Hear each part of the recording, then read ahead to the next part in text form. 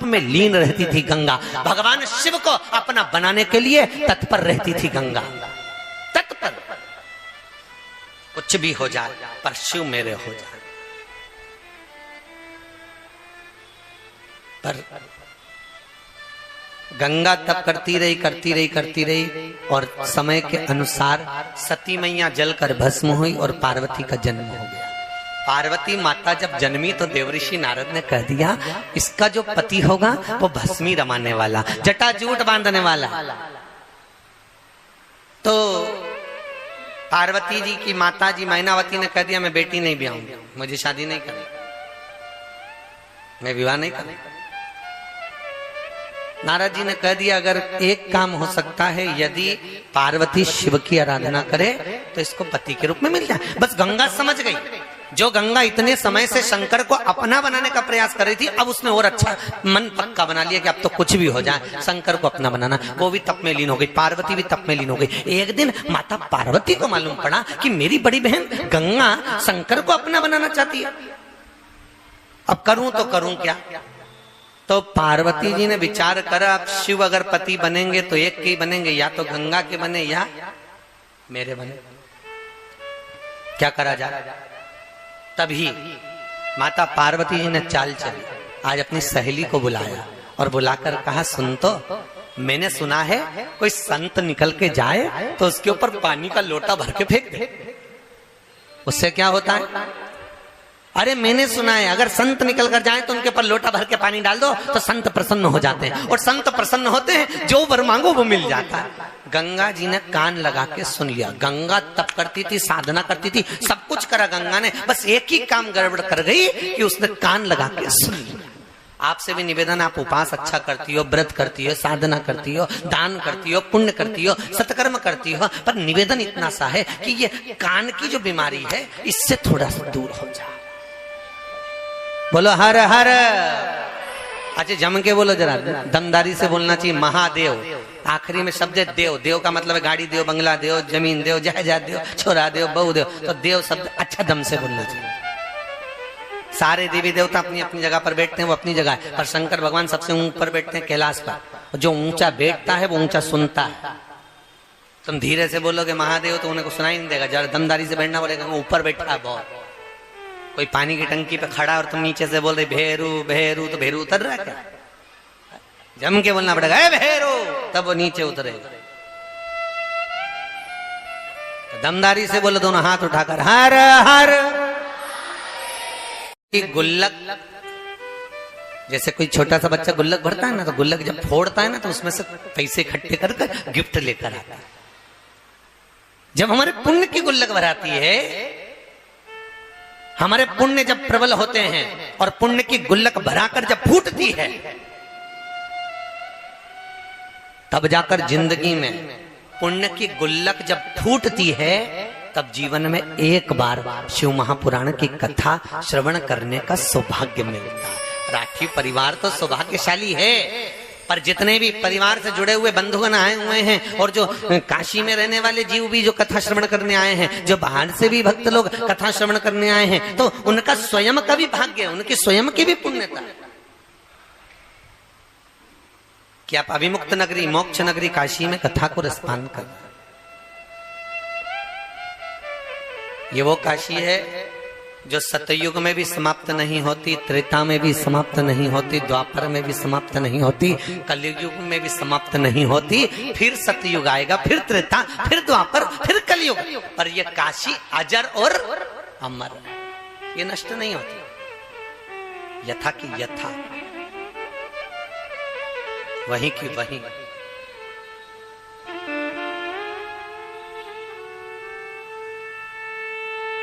हजारों वर्ष निकल गए, हजारों वर्ष, और गंगा के पावन तट पर विराजमान भगवान विश्वनाथ नित्य प्रति भगवती स्मरण करते हैं। नित्य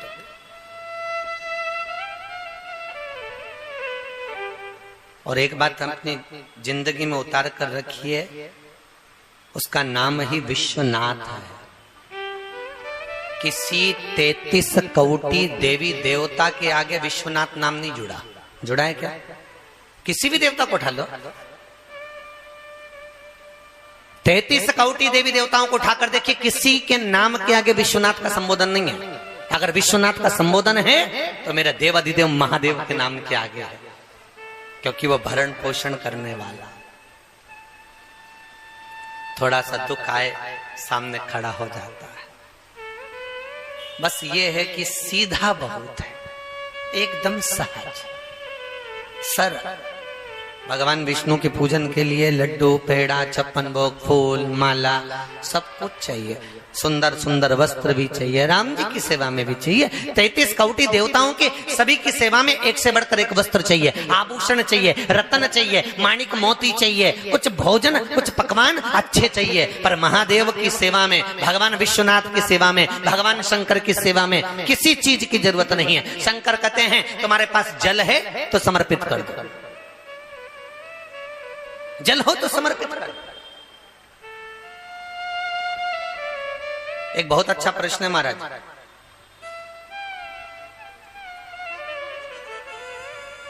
अभी उज्जैन के पास में करछा में कथा करने गए थे, तब एक प्रश्न किया था बच्चे ने, गुरुजी भगवान शंकर के मस्तक पर गंगा विराज रही है, सही है कि गलत है? तो फिर शंकर भगवान को गंगा जल क्यों चढ़ाया जाता है? प्रश्न देखिए कितना अच्छा है। भगवान शिव के मस्तक पर जब गंगा बैठी है, भगवान शंकर के मस्तक पर जब गंगा विराजमान है, तो शंकर को गंगा जल की जरूरत क्या है? शिव को गंगा जल क्यों चढ़ाया है? हमने कहा भैया सुन अच्छे से ध्यान लगाकर, घर में जब जमाई आता है ना, तो बेटियां पहले फोन करके बोल देती मम्मी वो आ रहे हैं। तो माँ पूछती है क्या बनाऊं? मम्मी एक काम करना, उनको बढ़िया डोसा बना के खिला देना। मम्मी उनको खुद बढ़िया चकाचक हलवा बनाकर खिला देना। बेटी बता रही है। क्यों भैया, क्या जमाई ने कभी डोसा नहीं खाया? अरे बोला तो सही, खाया ना। जमाई ने कभी हलवा नहीं खाया? खाया।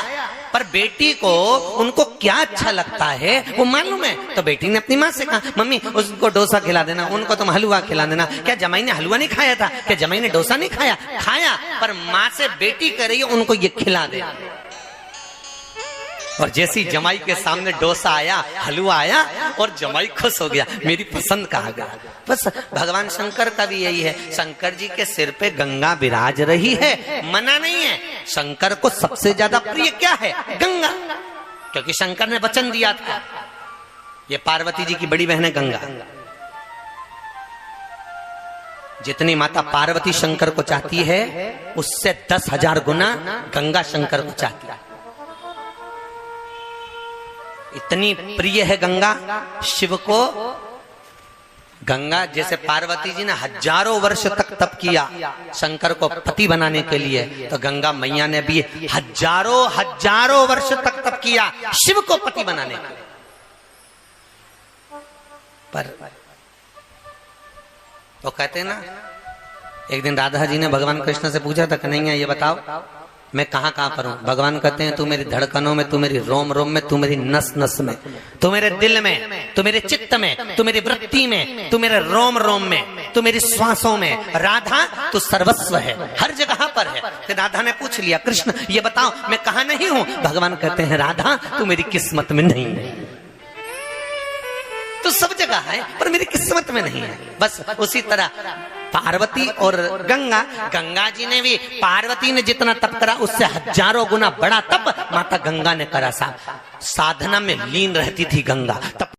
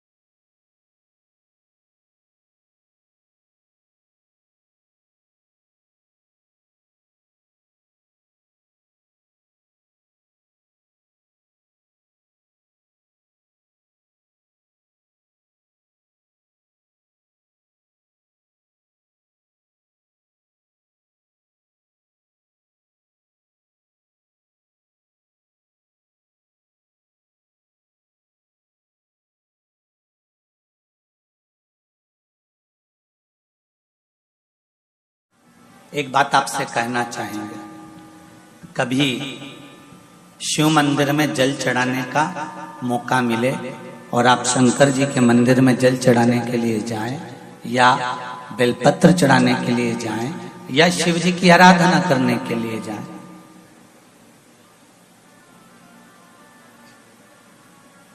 आप जब शिव जी के सम्मुख में भगवान शंकर के पास, भगवान ओगड़दानी के पास में, मेरे भोलेनाथ जी के पास में जब जाएं तो केवल जल चढ़ाकर वापिस मत आना, केवल बेलपत्र चढ़ाकर वापिस मत आना, केवल चावल का दाना या पुष्प चढ़ाकर वापिस ना आना, दिया लगाकर वापिस ना आना।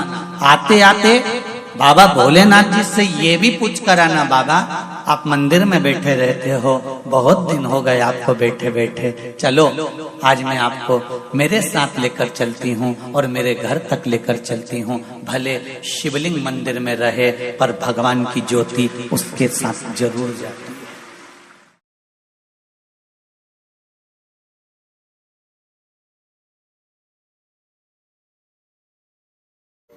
देवराज नाम का ब्राह्मण चोरी करता, धन एकत्रित करता और चोरी का धन लेकर आखिरी में जब अंतिम समय आया तो वो चोरी का धन लेकर शिवालय तक पहुंच गया। क्यों? क्योंकि देवराज नाम के ब्राह्मण की जो माँ थी, देवराज नाम के ब्राह्मण की जो माता थी वो शिव की उपासक थी, शिव की उपासक थी, शंकर की आराधना करती, शिव जी का प्रसाद लाती, प्रसाद लाकर देवराज को देती। प्रसाद की मूलता शंकर भगवान पर चढ़े हुए जल की मूलता, शंकर भगवान पे चढ़ी बेलपत्र की मूलता, शंकर भगवान को लगाए गए भोग प्रसाद की मूलता बहुत होती है महाराज। हमने कई बार देखा है कथाओं में, जब किसी का पत्र पढ़ते हैं और वो बेलपत्र लेकर जाता है ना, तो कई माताएं भाई उसका हाथ में जो बेलपत्र रहता है उसका भी प्रणाम करती हैं कि ये शंकर का प्रसाद जा रहा है। लोग उसको देखने के लिए तरसते हैं, दर्शन के लिए, प्रसाद जा रहा है, उसका भी स्पर्श कर लेते हैं, उसका भी स्पर्श।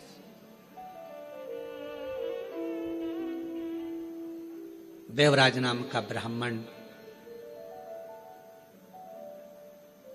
उस देवराज नाम के ब्राह्मण का कोई पूर्व का प्रारब्ध जो उसकी माता, और आपसे भी निवेदन है, जैसे देवराज की माता रोज मंदिर जाती है, थोड़ा सा जल लाती है, छींटती है आंगन में, अपने भवन में थोड़ा सा जल लाकर सब बच्चों को देती है, नहीं पीते तो उनकी पानी, हम तो कहेंगे आपके बच्चे स्कूल जाते हैं, थोड़ा सा पानी आप अगर शिव जी पे चढ़ा हुआ जल लाते हो ना तो उसमें से 2 बूंद जल उसकी बोतल में भी डाल दिया करो, ऐसे नहीं पिएंगे तो ऐसे तो पिएंगे। अपने बच्चों को सतमार्गी बनाना है, हमें थोड़ा विवेक श्रेष्ठ करना है। एक छोटी सी गोली पेट के दर्द को ठीक कर देती है, एक छोटी सी गोली सिर के दर्द को ठीक कर देती है, तो एक बूंद जल शंकर का चढ़ा हुआ, एक बूंद जल अगर बच्चों को पिलाया जाए तो उसका भाग्य का भी श्रेष्ठता उत्पन्न कर देते हैं। और ज्यादा नहीं तो सावन के महीने में तो नियम बनाओ, बच्चों को रोज मंदिर भेजो।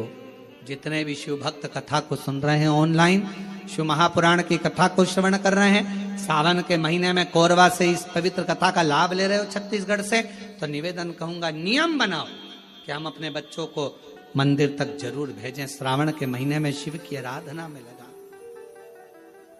जरूर ले।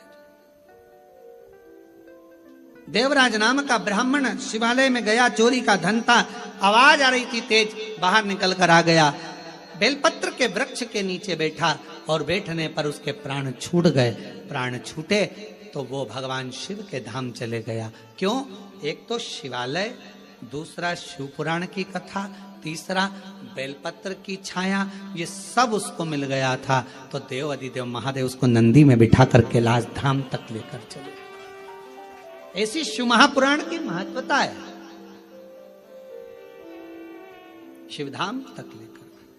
और कोई पिछले जन्म के अच्छे कर्म मुझे बाबा तेरा साथ मिला, कोई पिछले जन्म के अच्छे कर्म मुझे बाबा तेरा साथ देना। जहाँ सारी दुनिया झुकती है, जहाँ सारी दुनिया झुकती है, मुझे वो आली दरबार मिला, दरबार। पिछले जन्म का पुण्य था जो देवराज की गति सुधर गई। एक बिंदुक नाम का ब्राह्मण था, शास्त्र कहता है उसका भी कोई प्रारब्ध पूर्वक का था, जो उसने प्रेत की योनि तो मिली पर शिव महापुराण की कथा से मुक्त हो गया। उसकी पत्नी बड़ी भटकी थी मार्ग से, फिर मार्ग पर आई। बिंदुक पानी में डूबकर मर गया। चंचुला काशी में गई और अपने प्राण त्यागे। शिवधाम में गई, पार्वती जी की सहेली बन गई।